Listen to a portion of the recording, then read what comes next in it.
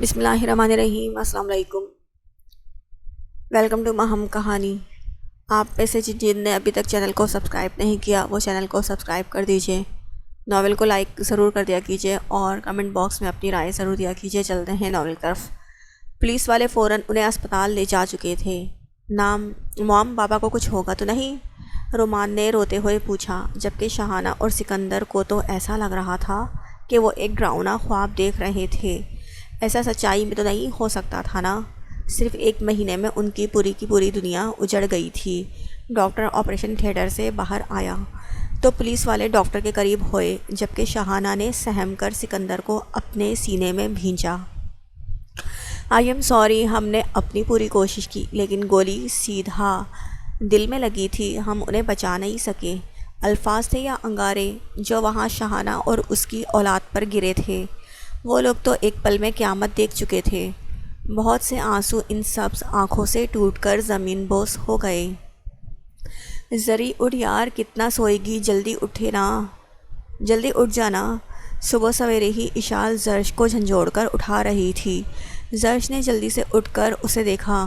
سو کے نا اپنے نصیب بھی سلا دو گی تم، اٹھ جا اب اور اپنے شوہر کا دھیان رکھ۔ اشال نے اسے کھینچ کر کھڑا کیا۔ زرش نے اسے سوالیہ نظروں سے دیکھا۔ ڈولی دیکھ، تیرا ہسبینڈ اس ٹائم جم میں گیا ہے، ابھی اس کے پیچھے فریش جوس کا گلاس لے کر جا اور اسے دے، پھر وہ جم کرے، تجھے جانے کا کہے یا جو بھی کرے، تو نے کہنا ہے کہ تو یہاں اس کے لیے نہیں جم کرنے آئی ہے۔ سمجھ رہی ہے نا میری بات؟ زرش نے کچھ دیر سوچا اور پھر مسکرا کر ہاں میں سر ہلایا۔ اچھا چل اب فریش ہو کر آ جا۔ زرش واش روم کی طرف چلی گئی اور جب واپس آئی تو اشال نے پنک کلر کا ایک ڈریس اسے دیا، یہ پہن کر آ جلدی سے۔ اشال اسے باقاعدہ ڈریسنگ روم کی طرف دھکے دے رہی تھی۔ زرش نے وہ ڈریس دیکھا تو جلدی سے اسے ڈریسنگ روم سے باہر پھینک دیا۔ مطلب صاف تھا کہ زرش وہ ٹراؤزر اور شرٹ نہیں پہن رہی تھی۔ اور جم کرنے لہنگا پہنا کر بھیجوں کیا تجھے؟ حد ہے، اپنے ہسبینڈ کے سامنے لڑکی ٹراؤزر شرٹ نہیں پہن سکتی اور نائٹی کیا خاک پہنے گی؟ ہائے عاشی تیرے ارمان۔ اشال نے منہ بنایا، جبکہ زرش تو ڈریسنگ روم میں ہی اس کی باتیں سن کر منہ بنا رہی تھی۔ پہن کر آ یہ لڑکی، ورنہ مجھے پہنانا بھی آتا ہے۔ اشال نے ان کپڑوں کو واپس ڈریسنگ روم میں پھینکا۔ جواب میں زرش نے انہیں پھر سے واپس پھینک دیا تو اس بار اشال اندر جا کر کپڑے اس کے ہاتھوں میں پکڑا کر آئی۔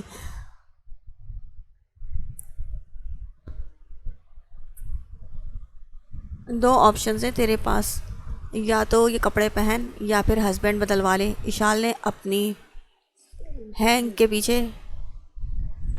کے پیچھے سے زرش کو غصے سے گھورا تو زرش گھبرا گئی اور اسبات میں سر ہلایا۔ کچھ دیر بعد زرش وہ ٹراؤزر شرٹ پہن کر باہر آئی تو اشال نے اسے دیکھ کر ہمیشہ کی طرح سیٹی بجائی۔ چل اب تو دیکھتی جا میرا کمال۔ اشال نے اس کے بالوں کی اونچی پونی ٹیل بنائی، اس کے انکار میں سر ہلانے کے باوجود ہلکا سا میک اپ بھی کر دیا اور اس حلیے میں زرش بہت زیادہ کیوٹ لگنے لگی تھی۔ واو اشال بیٹا، تو کمال ہے۔ اشال نے اپنا فرضی کالر جھاڑا۔ تم مجھے اپنے بال بھی کاٹنے دو نا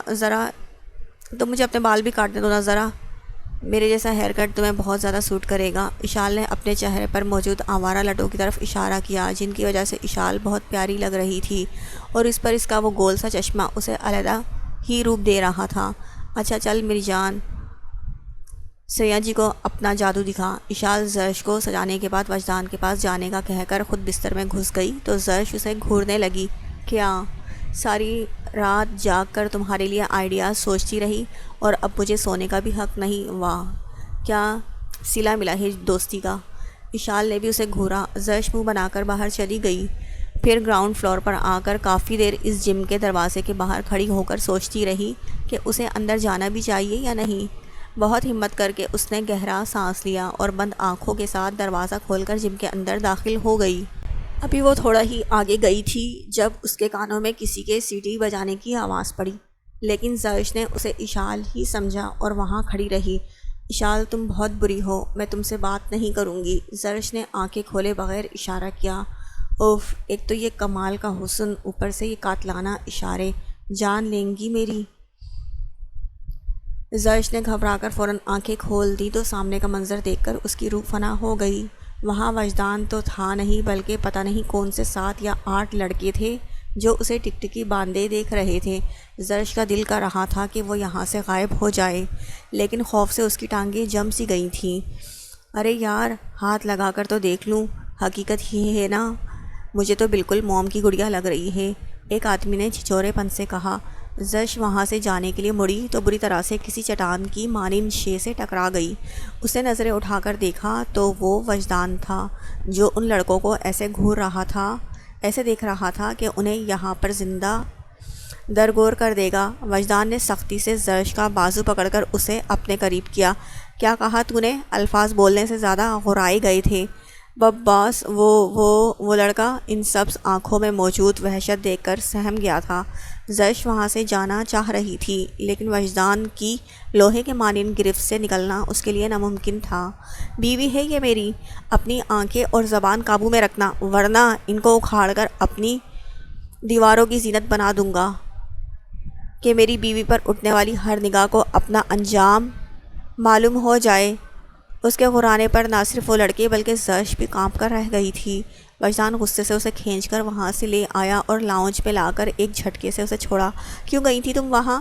زرش نے اس کے چلانے پر خوف سے اپنی آنکھیں بند کر لیں اور تبھی وجدان کی نظر اس کے حلیے پر پڑی۔ سلیو لیس شرٹ میں سے دودھیا بازو چھلک رہے تھے، جبکہ اس گلابی ٹراؤزر شرٹ اور ہلکے سے میک اپ میں وہ خود بھی دمکتا ہوا گلاب لگ رہی تھی۔ یہ کیا پہنا ہے تم نے؟ ہمت کیسے ہوئی تمہاری خود کو ایک شو پیس بنا کر ان کے سامنے جانے کی؟ وجدان نے اس کے قریب آ کر اسے دونوں بازو سے پکڑ کر اپنے مقابل کھڑا کیا۔ زرش اس کی آنکھوں سے نکلتے شراروں سے اتنا ڈر گئی تھی کہ بازو میں پیوست ہوتی اس کی انگلیاں وہ محسوس ہی نہیں کر رہی تھی۔ آئندہ اگر تمہارے جسم کا ایک بھی حصہ نظر آیا یا تم نے ایسا لباس پہنا تو تمہاری کھال ادھیڑ کر رکھ دوں گا، آئی سمجھ؟ زرش نے سہم کر فوراً ہاں میں سر ہلایا، جبکہ وجدان کے پورے بدن میں جلن کا احساس غصے کا لاوا بن کر گھوم رہا تھا۔ وجدان نے اس کے منہ کو سختی سے دبوچا۔ کسی اور کی نظروں کے لیے نہیں ہو تم، نہ ہی کسی اور کا حق ہے تم پر۔ اپنے آپ کو چھپا کر رکھو ورنہ تمہیں پرندے کے مانند قید کر دوں گا۔ وجدان نے اسے ایک جھٹکے سے چھوڑا اور اپنے بالوں میں ہاتھ پھیرتا وہاں سے چلا گیا، جبکہ زرش ابھی بھی سہم کر صوفے پر بیٹھی رو رہی تھی۔ ساتھ کی سمجھ سے باہر تھا کہ وہ کیا کرے۔ یہ سکندر کا معاملہ اس کی زندگی میں بہت زیادہ اہمیت رکھتا تھا۔ آخر یہ اس کا پہلا مشن تھا، لیکن اس میں ابھی تک انہیں تھوڑی سی بھی پروگریس نہیں ملی تھی، اور اب تو سکندر نے مزید ایک جان لے لی تھی۔ سب تو اس ڈاکٹر کی موت کو خودکشی کہہ رہے تھے، لیکن کوئی کیوں کر کسی وجہ کے بغیر خودکشی کرے گا، اور وہ بھی شہر سے دور سنسان جگہ پر جا کر۔ ارے ایجنٹ جی آ گئے آپ، اچھا ہوا، مجھے شاپنگ پر جانا ہے۔ اشال نے اس کے پاس آ کر نئی ہی فرمائش کی تھی۔ تمہیں پتہ ہے تمہارے اس سکندر نے یہاں اس شہر کے میں ایک آدمی کو مار ڈالا ہے، اور تم ایسے حالات میں باہر جانے کی بات کر رہی ہو؟ بالکل بھی نہیں۔ ساتھ نے صاف سیدھا انکار کیا۔ اشال نے منہ بسور لیا۔ ضروری ہے جانا پلیز، اشال نے بہت پیار سے کہا۔ تو اشال کو پل بھر میں غصہ آیا۔ اوکے فائن، نہیں جاتی میں، باہر آپ جائیں اور یہ چیزیں لے کر آئیں، اور اگر ایک بھی پروڈکٹ کلر یا کوالٹی کا رد و بدل ہوا نا تو واپس جا کے اسے چینج بھی کروا کے لائیں گے۔ اشال نے جلدی سے ایک لسٹ بنا کر ساتھ کے ہاتھ میں تھما دی، جس میں ایسی میک اپ کی چیزوں کے نام تھے جو ساتھ شاید پہلی مرتبہ پڑھ رہا تھا۔ تم ان کا کیا کرو گی؟ میں نے تو تمہیں اتنا میک اپ لگاتے نہیں دیکھا۔ اشال نے اس بات پر اپنا منہ کھولا۔ اس کا مطلب آپ مجھے اتنے غور سے دیکھتے ہیں؟ اپنی آنکھوں کو ذرا سا کنٹرول میں رکھیں ایجنٹ جی۔ اشال اس کو تاڑنے والوں کی آنکھیں نکال لیتی ہے، اشال نے سختی سے کہا۔ اور رہی بات اس میک اپ کی، تو یہ میں آپ کے دوست کی زندگی سنوارنے کے منصوبے بنا رہی ہوں۔ پتہ نہیں کب کون سا کامیاب ہو جائے۔ ویسے بھی اس انسان کی بالکل بھی سمجھ نہیں آتی مجھے کہ چاہتا کیا ہے۔ اشال نے منہ بنا کر کہا۔ اب یاد سے لے آئیں چیزیں، اور ہلکا سا بھی فرق ہوا تو واپس بھیج دوں گی۔ اشال اپنی چھوٹی سی انگلی دکھا کر وارن کرتے ہوئے اندر چلی گئی، جبکہ ساتھ الجھن سے ہاتھ میں موجود اس لسٹ کو دیکھ رہا تھا۔ کہاں پھنس گیا؟ تو ساتھ جانی، اس سے بہتر تھا افغانستان چلا جاتا، ساتھ نے کوفت سے کہا، مگر پھر اشال کو یاد کر کے خود ہی ہنس دیا۔ عربی غصے سے پاگل ہو رہا تھا۔ اتنے دن سلمان صاحب کو ٹارچر کرنے کے بعد بھی انہوں نے زرش کے بارے میں کچھ بھی نہیں بتایا تھا۔ فاطمہ بیگم کی حالت تو اس قدر خراب ہو گئی تھی کہ ڈاکٹر کو بلانا پڑا، مگر سلمان صاحب اپنی بیوی کے بنا تنہا ہو گئے تھے اور وہ معذور انسان تکلیفوں کے باعث مکمل طور پر ٹوٹ چکا تھا، لیکن پھر بھی سلمان صاحب نے زرش کے بارے میں کچھ بھی نہیں بتایا تھا۔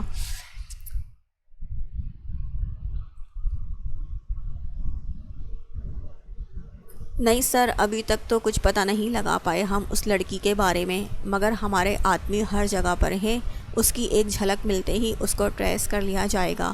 عربی نے ہاں میں سر ہلایا۔ کیسے بھی وہ جلد از جلد مجھے اپنے پاس چاہیے، فیس کیسے بھی کر کے۔ سر وہ مجھے لگا تھا کہ اس شایان شاہ کو سلمان کی غیر موجودگی کا شک ہو گیا ہے، اسی لیے میں نے سلمان کے سامنے اس کی بیوی کے سر پر بندوق رکھ کر شایان سے اس کی بات کروا دی تاکہ اسے یہ لگے کہ سب ٹھیک ہے۔ فیض نے بتانا ضروری سمجھا۔ صحیح کیا، لیکن دیکھ لینا اس شایان شاہ کو کوئی عام میجر مت سمجھنا، بہت زیادہ شاطر چیز ہے۔ عربی نے اسے وارن کیا۔ جی سر۔ فیض نے اس بات میں سر ہلایا اور عربی کے اشارہ کرنے پر وہاں سے چلا گیا۔ تو میں تمہیں پا کر ہی رہوں گا میرے سنری پھول۔ جنون ہو تم عربی کا، اور اس جنون کی آگ کو دنیا کی کوئی لڑکی بھی ٹھنڈک نہیں بخش سکتی۔ تمہیں میرے پاس آنا ہی ہوگا، کیونکہ میں ہی تمہاری زیست کی منزل ہوں۔ عربی زرش کے خیالی وجود سے اتنا کہہ کر مسکرانے لگا۔ معصوم چڑیا کو ایک بھیڑیا قید کرنے کے لیے بے تاب تھا۔ وجدان ہر طرف سے ایک پراسرار دلدل میں پھنسا ہوا تھا۔ ایک طرف وہ سکندر تھا جو ایک مرتبہ ایک ڈاکٹر کی جان لے چکا تھا، اور دوسری طرف وہ لڑکی جس نے وجدان کی زندگی عذاب کی ہوئی تھی۔ وجدان اس سے جلد از جلد جان چھڑوانا چاہتا تھا، اور وہ ایسا کر بھی دیتا اگر معاملہ شایان شاہ کا نہیں ہوتا تو۔ وجدان سمجھ نہیں پا رہا تھا آخر کیوں وہ لڑکی بار بار اس کے قریب آنے کی کوشش کرتی ہے۔ نہ جانے کتنی ہی بار وجدان اسے دھتکار چکا تھا، لیکن وہ پھر بھی اس کے آس پاس رہنے کی بھرپور کوشش کر رہی تھی، اور یہ بات وجدان کو بے چینی میں مبتلا کر رہی تھی، کیونکہ وہ جانتا تھا اس کی یہ کوششیں بیکار ہیں۔ وجدان کو محبت نام کے جذبے سے ہی نفرت تھی، اور زرش بس ایک پتھر سے سر پھوڑ رہی تھی۔ اب یہ دیکھنا باقی تھا کہ وہ کب اپنا پھوٹا ہوا سر تھام کر ہمت ہارتی ہے۔ وجدان تقریباً رات کے 1 بجے گھر میں داخل ہوا تو اس کی نظر صوفے پر سوئے ہوئے اس نازک سے وجود پر پڑی جو اس ٹھٹھرتی سردی میں بھی کسی لحاف کے بغیر وہاں سو رہی تھی۔ وجدان نے فیصلہ کر لیا تھا اب اسے اس لڑکی کے ہونے یا نہ ہونے سے کوئی فرق نہیں پڑے گا۔ پہلے بھی اپنی صبح والی حرکت کو لے کر وہ حیران تھا کہ کیوں وہ اس لڑکی کو لے کر اس قدر پوزیسو ہو گیا تھا۔ وجدان خاموشی سے وہاں سے جانے لگا، لیکن تبھی زرش کی آنکھ کھلی اور اس نے وجدان کو اپنے کمرے کی طرف جاتے ہوئے دیکھا۔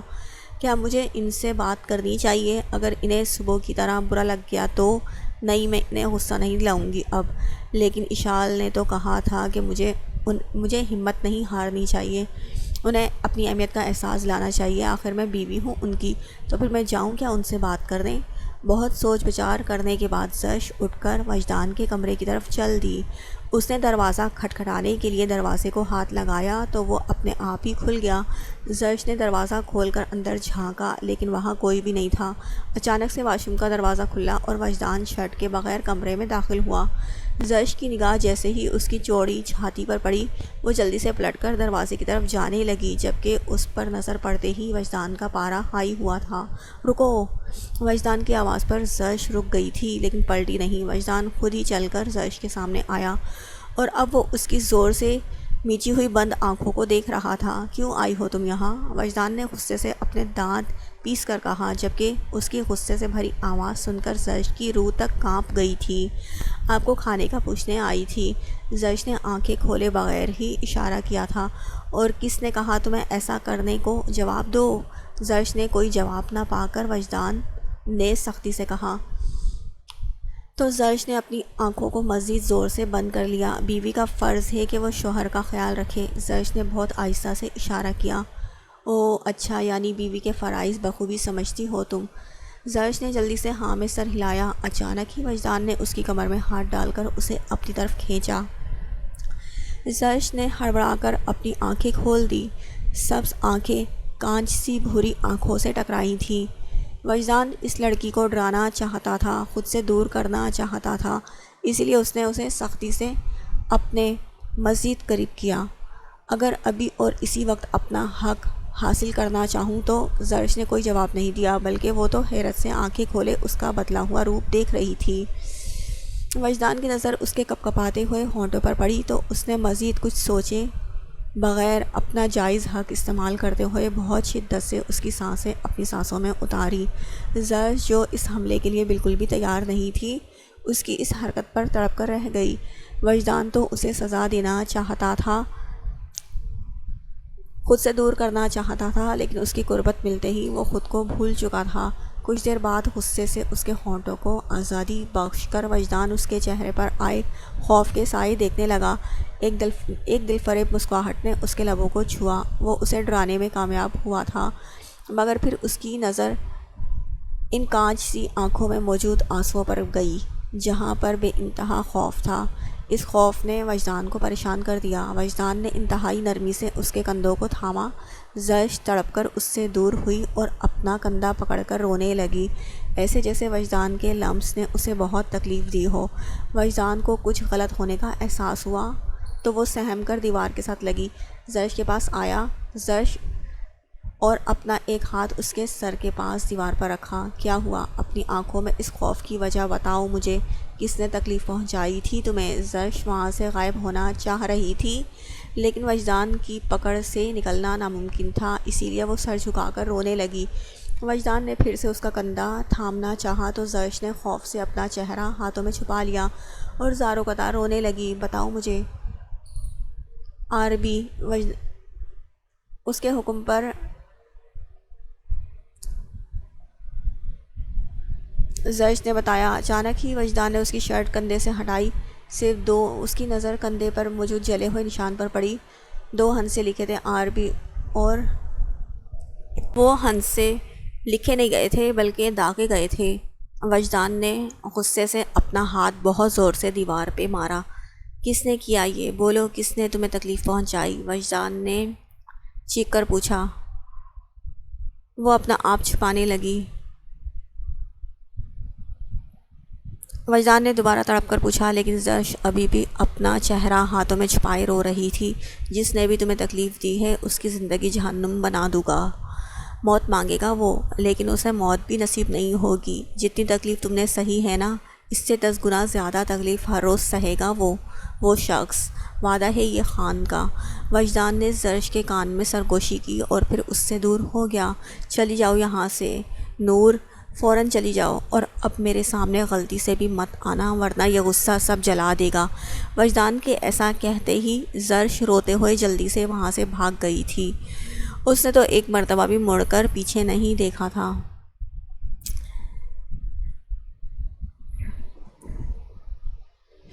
ماضی: سکندر، رومان اور شاہانہ الفاظ کی موت سے بالکل ٹوٹ گئے تھے۔ اس سب پر الفاظ کی تمام پراپرٹی ڈوب چکی تھی، کچھ بھی نہیں بچا تھا ان لوگوں کے پاس۔ سکندر کی آنکھوں میں ایک عجیب سی وحشت، عجیب سا غم تھا، جو کہ ایک 9 سالہ بچے کی آنکھوں میں نہیں ہونا چاہیے، لیکن اس بچے نے ان آنکھوں سے اپنے باپ کی موت دیکھی تھی۔ شاہانہ کے سب سے چھوٹے بھائی نے اسے اپنے گھر میں رکھ لیا تھا۔ اس نے تو شاہانہ سے کہا تھا کہ انہیں فکر کرنے کی بالکل بھی ضرورت نہیں ہے، وہ ان کا بہت زیادہ خیال رکھے گا، مگر انہیں حوصلہ کہاں سے آتا؟ ان کا تو سب کچھ لٹ چکا تھا، سب کچھ۔ ایک رات اسی طرح شاہانہ اپنے دونوں بچوں کو خود سے لگائے بیٹھی تھی جب ان کا بھائی بھاگتے ہوئے گھر میں داخل ہوا۔ شاہانہ، بھاگ جاؤ، جلدی کرو، وہ لوگ سکندر کو مارنے آئے ہیں، بھاگ جاؤ جلدی سے، جلدی، شاہانہ کے بھائی نے ہڑبڑی میں کہا تو شاہانہ نے کانپتے ہاتھ سے سکندر کو اپنے ساتھ لگایا۔ ماما، آپ سکندر کو لے کر جائیں، میں ماموں کے ساتھ جاتا ہوں۔ 14 سالہ رومان اتنا کہہ کر باہر کی طرف بھاگنے لگا تھا۔ نہیں رومان، نہیں جاؤ۔ مگر تب تک رومان وہاں سے جا چکا تھا۔ کچھ ہی دیر بعد شاہانہ کو گولیوں کی آواز کے ساتھ رومان کی چیخیں بھی سنائی دی۔ شاہانہ اور سکندر بھاگ کر کمرے سے باہر نکلے تو ان کی نظر رومان پر پڑی جو خون سے لت پت سیڑھیوں پر پڑا تھا۔ سکندر نے رومان کے پاس جانا چاہا تو شاہانہ نے اسے واپس اپنے پاس کھینچ لیا۔ وہ رہے وہ دونوں، ایک آدمی نے چلا کر کہا تو شاہانہ نے سکندر کو اپنے ساتھ لپٹایا اور پچھلے دروازے سے بھاگ گئی۔ وہ اپنے شوہر کو تو کھو چکی تھی، اب ان کی نشانی کو بھی نہیں کھونا چاہتی تھی۔ وہ کسی بھی شے کی پرواہ کیے بغیر بھاگتی رہی تھی، اپنی اور اپنے بیٹے کی حفاظت کی دعائیں مانگتی رہی تھی، لیکن پھر بھی وہ شیطان ان دونوں کو پکڑ کر قید کرنے میں کامیاب ہو گیا تھا۔ شاہانہ کا دل کر رہا تھا کہ وہ سکندر کو اپنے اندر چھپا لے تاکہ اسے کوئی کچھ نہ کر پائے، مگر ایسا ناممکن تھا۔ جب وہ شیطان کمرے میں آیا تو شاہانہ نے سکندر کو خود میں بھینچ لیا۔ ارے ارے شاہانہ جی، پریشان مت ہو، ایسے نہیں مار سکتا آپ کے بیٹے کو۔ پہلے ہی الفاظ صاحب کے وکیل کی وجہ سے ان کی موت کا شک مجھ پر آ رہا ہے، اور اگر ان کے بیٹے کو بھی گولی مار دوں گا نا تو وہ شک تو یقین میں بدل جائے گا، اسی لیے میں نے کچھ اور سوچا ہے۔ شیراز مکروسی ہنسی ہنسنے لگا۔ کیا ملے گا تمہیں یہ سب کر کے؟ پلیز میرے بیٹے کو چھوڑ دو، خدا کے لیے، خدا کے لیے۔ شاہانہ نے زارو قطار روتے ہوئے سکندر کو اپنے سینے میں بھینچا تھا۔ یہ غلطی تو بالکل نہیں کرنی چاہیے شاہانہ بی بی، بڑا ہو کر یہی لڑکا میرا سر کچلنے پہنچ جائے گا، ایسا نہیں ہونے دوں گا میں۔ اور ویسے بھی اگر ہم اتنا سب سوچنے لگ جائیں گے تو ترقی کہاں سے کریں گے؟ زیادہ دولت اور سکون کے لیے زیادہ محنت بھی تو کرنی پڑتی ہے۔ کاش الفاظ نے میری بات مان لی ہوتی، لیکن اسے ملک عزیز تھا۔ شیراز نے افسوس سے سر جھٹکا۔ دیکھ لیا بچے، سچائی اور انصاف کی راہ پر چلنے کا انجام ایسے ہی ہوتا ہے، ایسے ہی ہوتا آیا ہے اور ایسا ہی ہوتا رہے گا۔ شیراز نے سکندر کو کھینچ کر شاہانہ سے جدا کیا۔ شاہانہ نے سکندر کو پکڑنے کی کوشش کی تو شیراز نے سکندر کو چھوڑ کر شاہانہ کو اپنی گرفت میں لے لیا۔ سکندر، اب تم ایک کام کرو گے، کل ہماری اپوزیشن پارٹی ریلی نکالے گی ہمارے خلاف، اور میں نہیں چاہتا ایسا ہو، اسی لیے تمہیں صرف ہم ایک جیکٹ پہنائیں گے اسے، اور تم ریلی میں جا کر کھڑے ہو جانا بس۔ شیراز کی بات سمجھ کر شاہانہ بری طرح سے تڑپنے لگی تھی۔